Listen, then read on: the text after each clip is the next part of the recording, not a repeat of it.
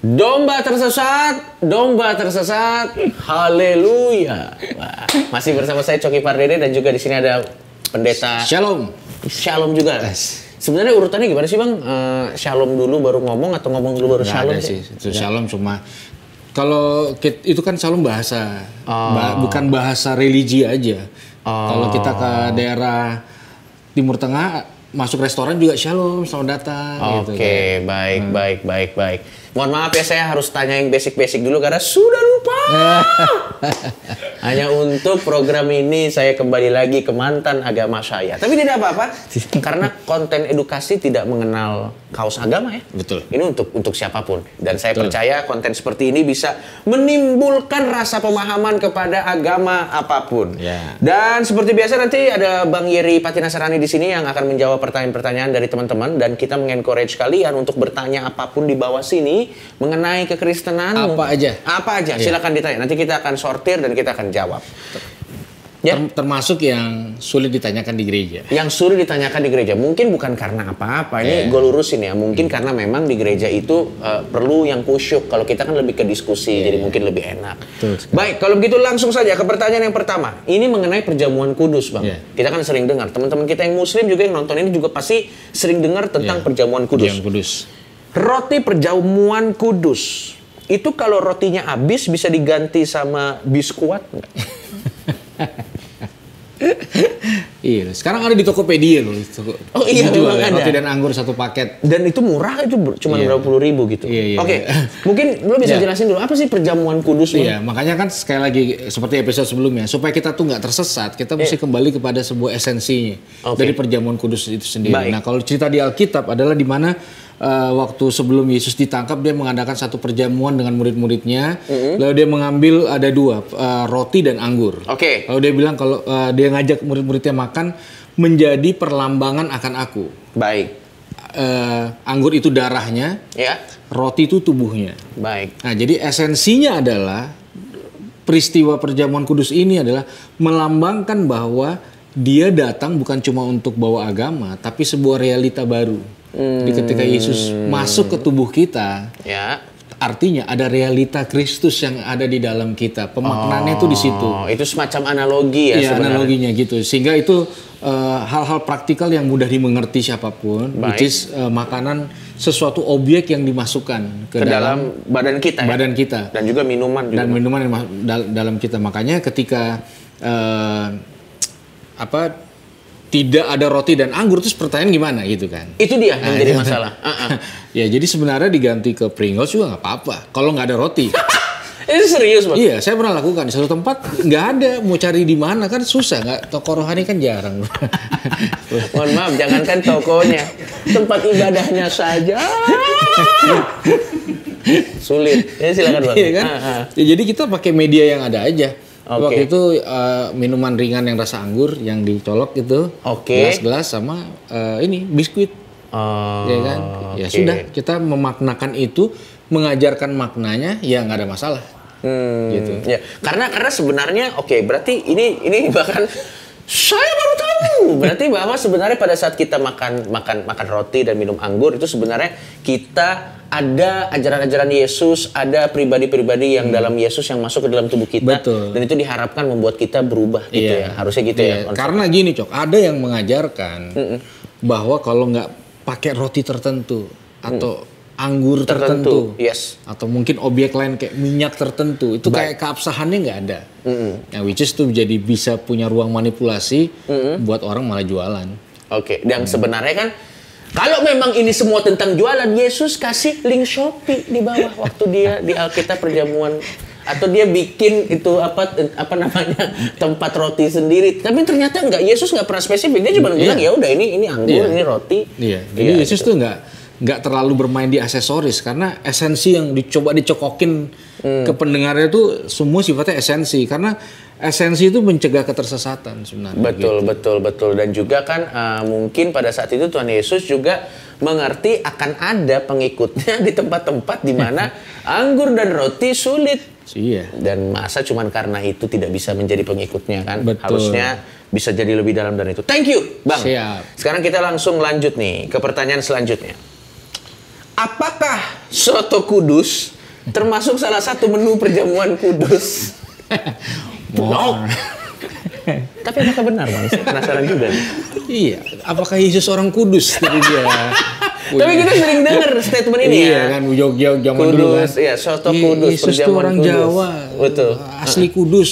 Ya, Yesus orang Kudus. Oke, kalau gitu menu perjamuan Kudus, ada menu lain nggak selain itu? Nggak ada sih. Biasanya objeknya 2 karena melambangkan darah dan daging. Darah itu biasanya air, cairan, anggur. Daging atau tubuh tuh roti. Gitu. Jadi nggak ada dimodif dikuain atau dikasih apa. Mohon maaf, karena kalau pengen modif-modif gitu, kenapa nggak di acara lain? Kenapa Anda harus modif makanan perjamuan Kudus? Ini siapapun yang bertanya ini. Next time kalau nanya, tolong dikasih namanya ya, biar kita bisa kirim ke pendeta. Kirim ke pendetanya, atau mungkin kita hanya bertanya, why? Why Anda punya pikiran seperti itu? Why? Gue sih ini sih lebih penasaran gue sih nggak tersinggung ya, dan gue yakin orang Kristen lain tidak tersinggung. Lebih ke bertanya-tanya gitu. Kenapa di pikiran Anda ada pikiran ini tuh kenapa gitu loh? Maksud gue, why? Oke, langsung Bang, selanjutnya. Di Kristen kan ada yang namanya buah-buah roh. Ya. Itu enaknya di jus apa di rujak? No. Tapi kan memang sih hiasan-hiasan kalau di toko buku rohani kan ada anggur, ada apel. Mungkin imajinasinya kayak toko buah gitu. Jadi memang tidak salah juga kalau ada yang beri mungkin gara-gara itu produk-produk rohani yang coba menggambarkan hal esensi dengan toko buah itu. Malah sebenarnya pada saat kita mencoba menggambarkan esensi dengan cara yang mungkin eksesif, agak berlebihan, malah jadi aneh gitu ya. Iya. Oke, kalau buah-buah roh itu apa sih buah-buah roh itu sebenarnya artinya Bang? Iya, jadi buah-buah roh itu adalah bagian dari ketika kita hidup dalam roh, berbuah itu sebuah harga mati dalam pengajaran Yesus. Maksudnya gimana? Kalau kita jadi pengikut Yesus? Kalau kita ikuti Yesus, ada standar yang bisa dilihat atau dinikmati orang lain harusnya. Gitu. Jadi kalau terlepas dari dia juga adalah pengikut Yesus atau tidak, orang lain yang menikmati. Iya, makanya kan banyak orang akhirnya memutuskan tidak mau ikut Yesus karena gini, waduh, gue kalau ikut Yesus jadi kayak lu, mending kagak usah sekalian, nah gitu. Karena mungkin perwujudan buah rohnya itu, salah. Iya. Jadi makanya kita harus mengejarnya ke kan pokok anggur nempel pada ranting nempel pada pokok anggur baru bisa berbuah. Nah, yang dimaksud di buah-buah roh itu kan di dalam kitab Galatia ada kasih, ada kesabaran, ada kelemah lembutan, ada kesetiaan. Nah sebenarnya kan gini, buah tuh gini. Kalau saya bawa buah nih dan jelasin ini loh, kesetiaan ini atau buah ini, orang akan teredukasi. Tapi kalau orang makan buah itu, maka buah itu akan melempar kekayaan rasa buat yang makannya. Nah, sifat karakter orang yang hidup di dalam Yesus harusnya melempar rasa pada orang sekelilingnya. Ada kesetiaan, ada kelemah lembutan, ada kasih, ada kesabaran. Which is mungkin kalau dibuat rujak, ya kombinasi dari sifat-sifat karakter itu. Enak dan menyenangkan. Enak dan menyenangkan gitu. Bukan kayak buah di mix terus. Berarti berarti sebenarnya esensinya adalah pada saat ini balik lagi ke perjamuan ya. Pada saat kita balik lagi ke pertanyaan pertama mengenai perjamuan. Pada saat kita memasukkan unsur-unsur ajaran Yesus ke dalam tubuh kita dan darah kita dengan anggur dan roti itu, harusnya apa yang kita pelajari sudah masuk ke sini itu berbuah dalam bentuk tindakan. Iya. Dan itu namanya buah roh. Iya. Jadi kan kayak gini. Buah itu selalu banyak dipakai Yesus dalam perumpamaan. Karena gini, benih ditanam, berakar, mulai tumbuh, menghadapi situasi dingin, panas, dan dia berjuang, berakar, akhirnya berbuah. Tapi buah itu tidak untuk dinikmati si pohonnya. Betul. Buah diperjuangkan oleh benih dan pohonnya. Berarti harusnya yang mengklaim bahwa kita adalah orang yang baik, orang yang menikmati buah itu kita. Itu poinnya. Jadi kita harus berani lempar ke orang lain. Ya. Seperti apa sebenarnya? Dan itu buah ini yang akan menentukan atau akan menjadi representatif dari pohon tersebut itu. Iya. Trailernya, kalau kita mau menunjukkan trailernya surga, ya lewat buah itu. Tindakan. Jadi esensinya makanya tidak di cara ibadah atau aktivitas ibadah, tapi cara hidup.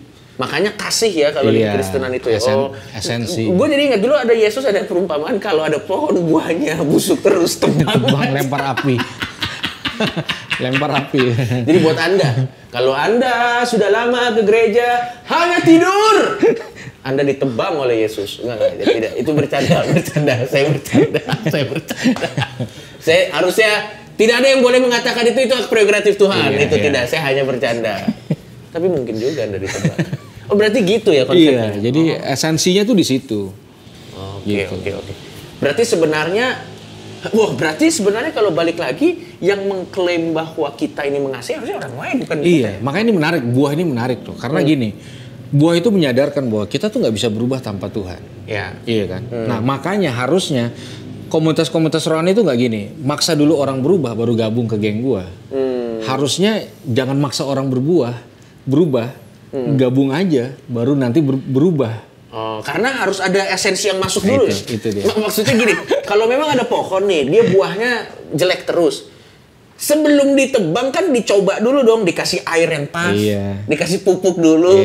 Kalau nggak pernah dikasih kesempatan langsung ditebang, jangan-jangan perawatannya yang salah gitu. Mungkin kurang lebih seperti itu ya. Wah, apakah saya akan kembali lagi ke Kristen? Jangan-jangan acara ini adalah cara Emily untuk membuat saya kembali lagi ke Kristen.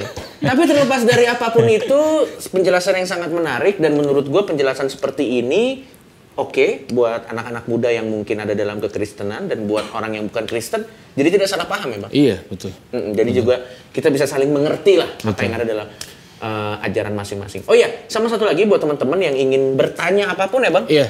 Langsung aja tanya, ini ada kolom komentar banyak. Kita mempersilahkan kalian bertanya apapun, mau hal yang itu fundamental, hal yang benar, atau mungkin hal yang sekedar pengen tahu aja. Atau bercanda juga nggak apa-apa, kita akan coba jawab sedetail mungkin. Langsung aja di bawah sini, dan next episode kita akan bawa dengan nama Anda sekalian. Karena ini kita masih 2 episode, masih teaser lah. Kita masih ngumpetin lah identitas Anda. Tapi next saya akan bacakan pertanyaan Anda. Kalau gitu terima kasih Bang Yeni. Sampai ketemu lagi di Domba-Domba Tersesat selanjutnya.